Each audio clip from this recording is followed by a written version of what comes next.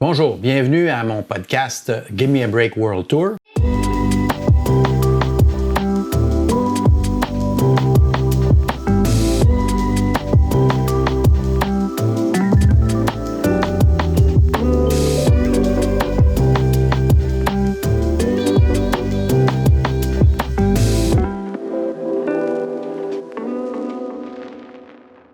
J'ai comme invité aujourd'hui le comédien, l'acteur, metteur en scène, multi-talented ami, Denis Bouchard. Bienvenue, Denis, au podcast. Merci. Aujourd'hui, on va parler de façon, en fait, de voyager autrement, la façon que je voyage et que tu voyages et qu'on voyage ensemble. C'est toujours un peu différent du voyageur lambda, là, ordinaire, normal. Et je voulais faire participer ton expertise, ton érudition et tes connaissances à nos spectateurs pour quelques épisodes, dont le premier aujourd'hui avec le voyage, ce serait celui qu'on a fait en Israël. Alors, raconte-nous comment a germé l'idée d'aller en Israël et quelles sont les formalités ou les difficultés que tu as connues ou qu'on a connues avant d'y aller. Écoute, je me souviens que je devais aller faire un show avec Garou à Tel Aviv.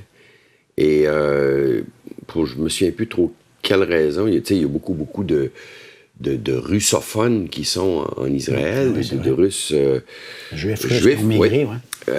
Énormément. Et comme Garou, c'était une grosse... C'était, je dis ça parce que depuis la guerre, les choses ont changé un peu, là. Mais c'était une grosse star en Russie. Il faisait beaucoup de shows privés en Russie, tout ça. Fait que c'était pas étonnant qu'il y ait des Russes d'Israël qui demandent à Garou de venir faire un show là. T'sais. Alors donc, je devais aller préparer ça. Et je me demande même si je n'avais pas acheté mon billet d'avion. Je ne suis pas sûr de ce que je te dis, là. Mais en tout cas, bref, c'est tombé à l'eau, pour je ne sais pas très quelle raison. Puis je t'ai dit, coudonc, moi, j'avais prévu que je m'en allais en Israël 7-10 jours, je ne me souviens plus. Puis je dis, là, tout est tombé. Mais moi, j'avais mis ça à l'horaire. Qu'est-ce que tu fais? Toi, ça te tente-tu de venir? Bingo, puis on est parti. OK. Faut dire pour les spectateurs que Denis et moi, on se connaît depuis, 20 ans, et on aime faire ensemble des voyages géopolitiques. C'est-à-dire, c'est des voyages où on s'en va par immersion sur le terrain pour essayer de voir ou comprendre s'il y a une dichotomie entre ce que les médias occidentaux nous disent et ce qu'on peut constater par nous-mêmes sur le terrain. Alors, on est toujours à l'affût d'entrevues ou de rencontres avec des jeunes, des vieux, des ONG dans ce cas-ci, des organismes non gouvernementaux, là, avec un fixeur pour assurer notre sécurité, puis on rencontre peut-être pas des terroristes, mais des partisans ou des sympathisants d'une faction ou d'une autre. On rencontre dans d'autres pays, on a rencontré des prêtres, des imams. Alors, on se fait une tête par nous-mêmes, par nos recherches, nos rencontres. Et après ça, on est en mesure d'avoir un jugement peut-être plus éclairé, je dirais, ou enfin, mieux comprendre les écosystèmes sur place. Et Israël était, je pense, le premier ou notre deuxième voyage géopolitique. Et on avait fait ça avec une fixeur qui nous avait été référée par mon ami Patrick Lagacé de la presse, et Noua, qu'elle s'appelait, qui nous avait reçus chez elle, je pense, au départ. Et j'avais loué une voiture, fait qu'on se promenait, Noua, Denis et moi, pour faire le tour d'Israël. Les formalités d'entrée, je dirais que c'est assez simple, un passeport, on n'a pas besoin de visa. Les formalités de sortie qui sont compliquées. Oui, c'est ça. Parlons-en des formalités de sortie. Ben, en fait, c'est juste que si l'ONU n'est pas bienvenue là, d'ailleurs, on s'était pogné avec un douanier là-dessus, là. Vous savez que c'est pas une bonne chose d'avoir... On avait des papiers de l'ONU sur nous autres, en fait, des papiers officiels de l'ONU, c'est-à-dire les dessins des différents endroits où il y a des banlieues israéliennes en territoire occupé. Fait que toutes les nouvelles colonies, on avait des dessins de ça parce que ça existe, ça, tu peux trouver ça sur Internet. Mais d'avoir ça, c'est louche, fait que ils nous avaient fouillé, mais plus que moi, tu sais. Ouais, puis on leur avait dit, moi je me souviens qu'on leur avait répondu, quand le gars m'avait dit, vous êtes pas les affaires de l'ONU, tout ce qui est ONU n'est pas bienvenu en Israël, ben j'ai dit ça devrait. Et il n'avait pas aimé ça. Alors, il faut comprendre que l'Israël, c'est un pays qui est né après la guerre, 47-48, avec c'est Ben Gourion, je pense, le nom de l'aéroport aussi. Et donc, c'était le début. Il y a un territoire qui avait été dessiné par les Alliés, avec des frontières, etc. Et la Palestine, enfin, les Palestiniens qui étaient sur place, qui cohabitaient un peu avec les Juifs d'Israël, ont commencé à je dirais pas se chicaner, mais territorialement, il y a la partie d'Israël de base, il y a un enclave qui est la bande de Gaza, et il y a la Cisjordanie, si on extrait les hauteurs du Golan en haut. Donc, ces deux territoires palestiniens-là, la Cisjordanie, en fait, en anglais, c'est West Bank. West Bank. La Cisjordanie, puis la bande de Gaza, c'est Gaza. C'est deux territoires occupés majoritairement ou juridiquement en principe que par les Palestiniens. Alors évidemment, il faut qu'il y ait un flux de circulation, d'échange, des travailleurs. Alors il y a beaucoup de contrôles puis de checkpoints. Comment tu as vécu nos premiers checkpoints avec la voiture quand on arrivait? Puis il faut dire que notre intention, par nous, on voulait rencontrer des gens du Fatah, des gens du Hamas, on voulait rencontrer on voulait essayer de comprendre quels étaient les enjeux puis comment ça se passait.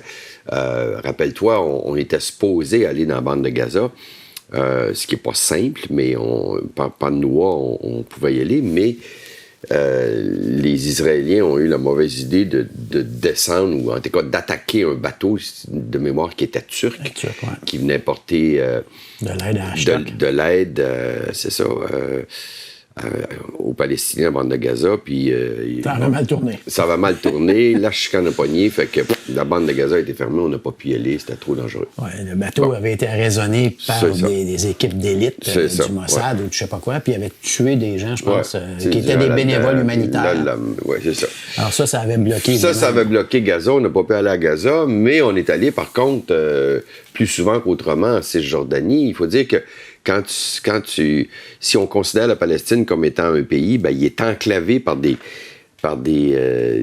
clôtures, pas des clôtures, mais des murs, un genre de murs de Berlin qui enclavent toute la partie qui est la Cisjordanie, qui rapetissent comme peau de chagrin parce qu'il y a des colonies, d'une certaine façon... Il y a d'autres murs dans les murs. Ben oui, il y a 7-8 enfants par famille. Il y a beaucoup de ces colonies-là qui sont ultra religieuses, ultra orthodoxes. Fait qu'ils leur donnent des territoires ils leur donnent des terrains sur des territoires palestiniens. Puis là, ben, la chicane pogne parce qu'il y a du monde qui reste là. Mais, d'où le vocable territoire occupé. Ben oui, carrément. Fait que... Alors donc, il faut que tu sortes en quelque part d'Israël. Il y a des checkpoints là-dedans. Là. Moi, ça me rappelait un peu les checkpoints qu'il y avait à Berlin à l'époque, là, entre Berlin-Est et Berlin-Ouest. Mais c'est pas... Il y a comme un décalage entre ces banlieues-là où tu pourrais facilement être à Rosemère ou à Brossard et les petits villages palestiniens qui, eux, sont des petits villages de gens qui ont des troupeaux puis de chèvres et autres, puis qui se promènent à l'intérieur de ces territoires-là et qui maintenant sont obligés de faire des détours de je ne sais pas combien de dizaines de kilomètres pour aller du point A au point B parce qu'il y a des territoires qui sont maintenant occupés par ces colonies-là. Fait que c'est pas simple. Moi, quand on a voulu rentrer en Israël, c'était encore moins simple. Moi, c'est la première fois de ma vie que je me suis fait pointer un gun en face. Là. Par un jeune soldat de 17 ans ou 18 ans, imberbe mettez votre passeport à terre, levez les mains. Puis là, tu regardes le gars puis tu dis « Hey, j'ai dit, tu veux-tu vraiment me tirer? » Je me souviens, moi, j'étais un citoyen canadien. Tu veux-tu vraiment me tirer, là? Nous autres, notre premier ministre, qui était Harper à l'époque, c'est un des gars qui est votre plus fidèle supporter. Tu veux-tu vraiment tirer un Canadien, là? Décide-toi. As-tu eu vraiment peur? Pas en tout. Pas en tout. Lui avait bien plus peur que moi. Parce que à partir du moment où tu es désinvolte face à ces gens-là, ils sont pris à dépourvu. Là, mais je me sentais vraiment comme un genre de James Bond de dire « Try me ». Are you talking to me? Oui, il faut comprendre aussi que, peut-être pour les spectateurs, que les deux factions à l'origine de l'autorité palestinienne, ou enfin à l'origine de la Palestine, au niveau politique, quand tu disais tantôt le Hamas et le Fatah est devenu l'autorité palestinienne, mais le Hamas En fait, ils appellent ça la guerre des frères, le conflit des frères, qui depuis 2006, quand le Hamas a pris un petit peu plus, là, 48 à 43 là, des élections législatives, la chicane a pogné. Donc, il y a une guerre civile à l'intérieur même de la Palestine entre deux clans, des gens du Hamas qui sont plus, je dirais, durs envers politiquement, là, envers l'Israël, qui ne veulent pas reconnaître l'État d'Israël, qui ne veulent pas reconnaître de façon... C'est un petit peu, on comparait ça, on caricaturait, là, mais un peu comme des Hells Angels. Là. Ils contrôlent, il y a de la corruption, il y a de la politique, il y a de l'argent. Alors, ils contrôlent et le Hamas avait gagné les élections législatives à l'époque. Et la guerre a pris entre eux autres. Il y a eu déjà des conflits depuis 2006. Yasser Arafat venait de mourir en 2004. Donc, ça a été un peu fratricide. Le Fatah était, si j'oppose ça aux gangs criminalisés, un peu plus modéré, mais il était rendu minoritaire jusqu'à temps qu'il commence à se parler, puis que Mahmoud Abbas commence à essayer de faire des relations diplomatiques un peu plus détentes. Ça quand même, il y a toujours quand même un clash, il y a toujours une difficulté. Alors nous, on voulait rencontrer des gens de ces deux groupes-là, parce que même si, en gros, le Hamas contrôle la bande de Gaza, puis le Fatah contrôle la Cisjordanie, il y a des gens du Hamas en Cisjordanie et vice-versa, mais... Alors, on voulait essayer, vu qu'on n'avait pas accès à la bande de Gaza, de rencontrer des gens avec nous. Donc, on est allé voir des interprètes ou des gens dans des... je pense que c'était Ramallah ou... je me rappelle plus. Oui, en Cisjordanie, on avait été manger chez des gens, puis on posait beaucoup de questions. Dont une jeune, qui était sur Facebook. Gosun, qu'elle s'appelait. Et on posait beaucoup de questions, tu sais. Je suis pas sûr de ton exemple des Hells Angels, là, mais... plus radical. Moi, je comparais ça, là, puis c'est boiteux comme exemple, parce que ça date, là, on parle des années 70, mais c'est un peu comme le PQ et le FLQ, là, tu sais. Il y en a un qui voulait obtenir l'indépendance de façon démocratique et l'autre de façon beaucoup plus radicale. Fait que c'est un peu ça. Et l'un étant majoritairement, le Hamas étant majoritairement dans la bande de Gaza, alors que l'autre est en Cisjordanie. Fait que déjà, territorialement parlant, c'est pas très loin, là, c'est peut-être 50-60 km, mais c'est deux façons différentes de reconnaître l'indépendance de l'Israël, si je peux dire, de la Palestine. Fait que donc, on s'en va en Cisjordanie, dans un camp, parce qu'il y a encore des camps de réfugiés palestiniens à peu près inhabités, mais qui ont besoin de garder, parce que ça justifie énormément d'argent qui est donné par l'ONU, par les gouvernements de ben des pays européens et les États-Unis. Il y a beaucoup d'humanitaires. En fait, si tu enlevais les millions et les millions qui pleuvent en aide humanitaire de tous ces groupes-là, ça briserait peut-être l'écosystème. Parce que les gens... Carrément. S'ils arrêtaient de subventionner ces camps-là, ça serait probablement beaucoup plus radical. T'sais. Mais là, ils risquent à être temporisés. Donc, on s'en va dans un de ces camps-là, manger chez des gens, et on pose des questions, puis nous n'en répond. Puis on est tu sais... on pose transparent. Transparent. On avait déjà averti qu'on pouvait poser des questions... peut-être inconfortable, mais pour mieux comprendre, il fallait qu'ils nous expliquent. Puis là, je me souviens, on avait commencé à leur dire, vous ne trouvez pas que vous aviez une chance de régler le conflit avec Israël, puis que là, en vous radicalisant, vous empêchez finalement. Il y a quasiment comme une volonté de ne pas régler, puis tout ça. Puis ce qui est plus ou moins vrai, parce que, somme toute, les Israéliens s'arrangent pour que les Palestiniens se radicalisent pour pouvoir, après ça, dire on ne veut pas négocier avec eux autres. Tu sais, c'est pas simple. Conflit éternel. Bref, mais là, Nouna a commencé à nous regarder, puis elle nous a dit OK, on s'en va. Là, on a fait on venait de finir de manger, ou même, me demande même si on n'avait pas. Elle a dit on s'en va tout de suite. Puis là, on comprenait pas trop. Elle a dit vite, on s'en va. Puis après ça, dans le char, elle nous expliquait que ils commençaient à douter de nous. Ils se sont dit, ça doit être des agents étrangers, c'est du Mossad déguisé. Ces gens-là travaillent pour le Mossad, puis là, ils veulent avoir des informations privilégiées, alors que nous, c'était carrément une curiosité journalistique, certes, mais une curiosité d'essayer de comprendre de l'intérieur. Mais là, on venait de franchir un point de non-retour. Mais il y avait quand même... Puis on filmait aussi, parce qu'on documente nos affaires qui finissent dans nos tiroirs, mais... Il fallait qu'on parte vite. Oui, c'est ça. Alors, parce que des fois, les fixeurs, il faut comprendre que les fixeurs, c'est des gens qui organisent pour des tiers externes, des journalistes ou des ONG ou des touristes, une certaine sécurité et qui connaissent les gens. Donc, ça facilite les déplacements, ça facilite franchir les barrages. Et puis, comme tu dis, il y en a beaucoup. Ils font un peu une strangulation économique, une strangulation par l'eau, par la non-libre circulation des vivres et des affaires. Alors, il y a toujours on a senti, en fait, moi, quand je suis sorti de là, je sais pas si c'est pareil pour toi, mais je me suis dit, bon, mais c'est insoluble. Ils pensent tout le temps à Camp David, puis ils pensent toujours qu'ils vont trouver une solution, ils vont faire la paix, ils font des protocoles de paix, ils respectent pas, c'est de ta faute, c'est de ma faute, c'est toujours l'excuse de l'autre.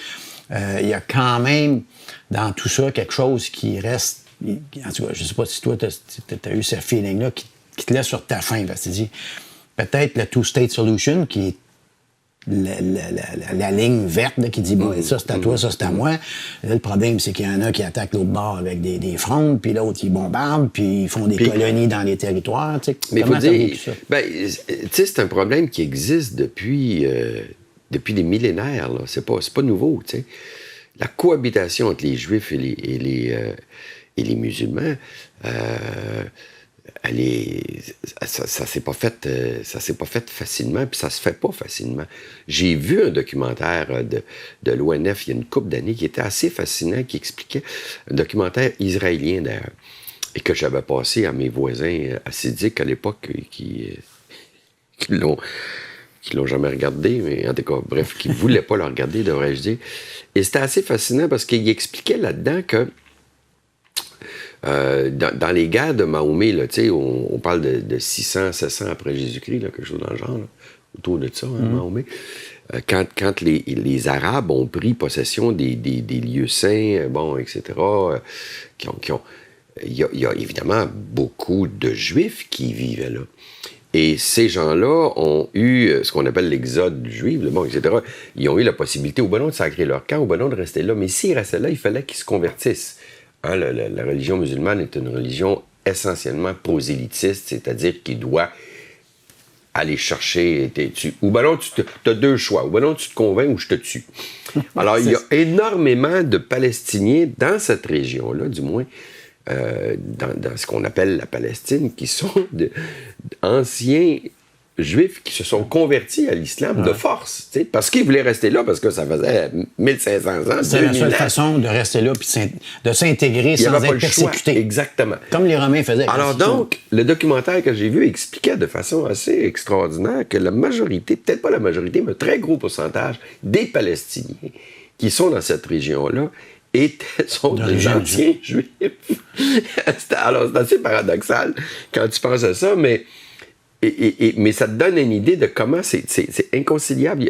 Ça pourra jamais se régler. Tu as deux pays.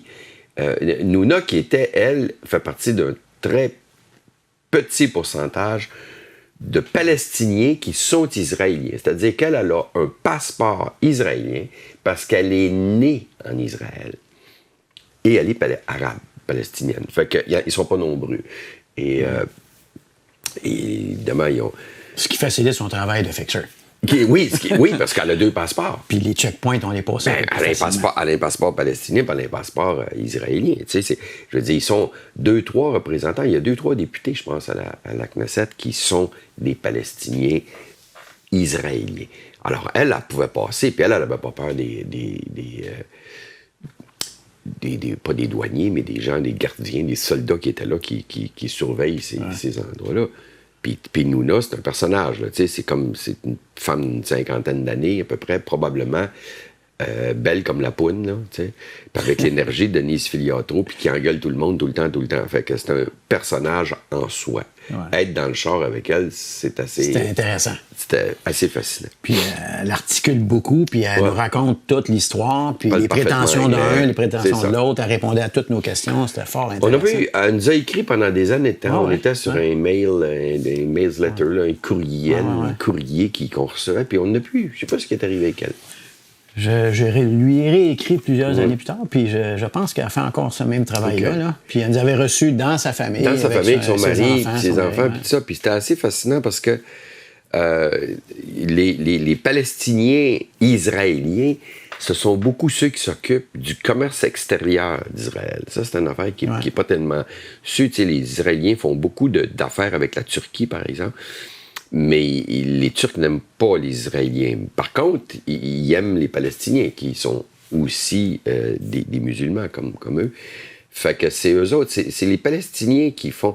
Puis à un moment donné, elle m'avait dit ça aussi, son mari qui m'avait dit ça. Il dit, toi, tu penses que les Juifs sont des bons hommes d'affaires, puis c'est des gens ratoureux. Il dit, ça fait 2000 ans qu'on les fourre à la planche. Il dit, c'est nous autres. C'est nous autres les marchands. C'est nous autres les marchands. Eux autres, c'est des clowns. Oui, il y avait même une affaire que si un Juif essayait de profiter d'un Libanais qui profitait d'un Arabe, ben c'est le Turc qui finalement l'avait à la fin, qui avait réussi. Mais le Palestinien réussissait toujours d'avoir sa coque dans toutes les affaires. C'est des marchands remarquables. Et ça, depuis très, très, très longtemps. Fait que quand on voit les affaires de, bon, tu sais, le marchand de Venise, puis tout ça, de Shakespeare, puis ça, que les Juifs sont des hommes d'affaires, puis c'est ci, puis c'est ça... ce que le mari de Nouna disait, c'est oui, mais c'est parce que t'as pas des ligues des Palestiniens. Ouais, c'est ça. Et quand tu regardes comment la situation est complexe là-bas, tu te dis, OK, les Israéliens ont vraiment rencontré leur adversaire sur le terrain. Si, voilà. Fait que c'est pas à veille de se régler. En terminant, Denis, le temps passe vite. Tu calculerais, si tu recommanderais à nos spectateurs qui voudraient aller visiter ça, sur une échelle et qui veulent être un peu dépaysés, mais sur une échelle de 1 à 10, est-ce que c'est un territoire que tu recommanderais? Moi, c'est parmi les rares pays que j'ai visités dans le monde où je ne retournerais pas, personnellement. J'ai pas aimé ça. T'as pas aimé ça? Non, la température est extraordinaire, mais j'ai pas aimé ça. C'est malsain comme climat, puis c'est difficile pour moi de comprendre comment un peuple comme les Juifs qui a tellement souffert, qui a souffert de l'Holocauste, puis tout ça, et qui a peu de choses peut faire revivre ça à quelqu'un d'autre, j'ai bien de la misère avec ça. Quand tu parlais, rappelle-toi, quand on prenait des taxis à Tel Aviv, qu'on demandait aux gens qu'est-ce que vous pensez de l'intervention, puis ils sont tout le temps... Ils nous ont provoqués. Ils nous ont provoqués, puis il faut tous les tuer, puis tout ça. Puis là, tu fais tabarnouche, tu sais. Les droits de l'homme en Israël, tu sais, on parle des droits de l'homme avec les Ouïghours en Chine, puis tout ça, mais les droits de l'homme en Israël, la tâche là-dessus, les territoires occupés, c'est des camps de concentration, tu sais, à peu de choses près. C'est bouleversant. Il y a quelque chose, j'ai pas le goût de voir ça et de participer à ça, ni de près ni de loin. Par contre, le pays est absolument extraordinaire, c'est un climat remarquable. Désertique un peu. Désertique un peu, mais sur le bord de la mer, c'est absolument extraordinaire. Mais c'est le paradoxe absolu d'un abcès qui... C'est comme un abcès. La planète, elle a un abcès, puis c'est là qui est, puis il se règle pas. Mais tu regrettes pas d'avoir été pour comprendre, voir, pas du tout. Discuter, puis... Pas du tout. Alors, je comprends ton point de vue.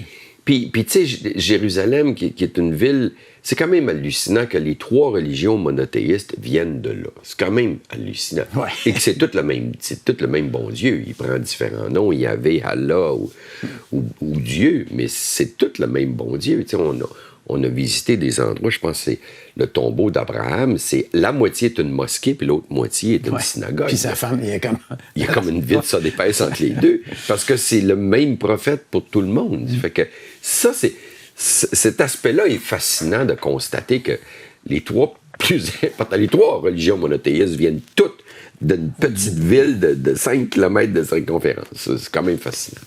Emmuré avec le dôme de rocher puis le mur des lamentations, etc. Mais c'est quand même quelque chose à comprendre. Pour mieux comprendre, c'est un déplacement qui je suis d'accord avec toi, on ne retourne peut-être pas, mais qui valait la peine de vivre une fois. Oui, oui, totalement. Mais tu vas pas participer. Ne serait-ce que pour mieux le comprendre. Ouais. Et revenir un peu frustré parce que ça semble insoluble. Ouais. Il y a un beau côté, il y a la mer d'un côté. L'autre côté, c'est très désertique. Il y a la mer Morte et Salée tellement que si vous avez une petite affaire, là, ça brûle beaucoup. Mm-hmm. On est allé se faire flotter dans cette mer-là qui est à peu près 7 fois et demi plus salée que l'Atlantique. Donc, le taux de salinité fait flotter les corps avec de la boue, il y avait de la boue, etc. On est allé voir aussi le rocher de Masada, là, où il y a eu un genre de suicide collectif, qui les gens voulaient pas se rendre, à l'envahisseur qui est en train de s'en venir. Donc, il y a quand même Armageddon, qui est Magneto, en fait, la ville, qui est l'origine de Armageddon, qui est à la fin du monde. C'est là que ça va revenir, la fin du monde. Fait qu'il y a des affaires historiques, le Jourdain. C'est là que... Le lac Tibériade. C'est là que toutes les légendes rencontrent l'histoire. Tu sais pas ce qui relève des légendes, puis ce qui relève... On sait rien de ça, le lac Tibériade, puis etc. Puis là où Jésus a été baptisé, tu sais pas qu'est-ce qui est vrai, puis qu'est-ce qui est faux là-dedans. Mais c'est fascinant. Ça demeure fascinant. Que tu sois croyant ou pas. Alors, sur ces dernières paroles, je vous remercie beaucoup. Merci, Denis, d'être venu. On va se revoir pour un autre podcast éventuellement.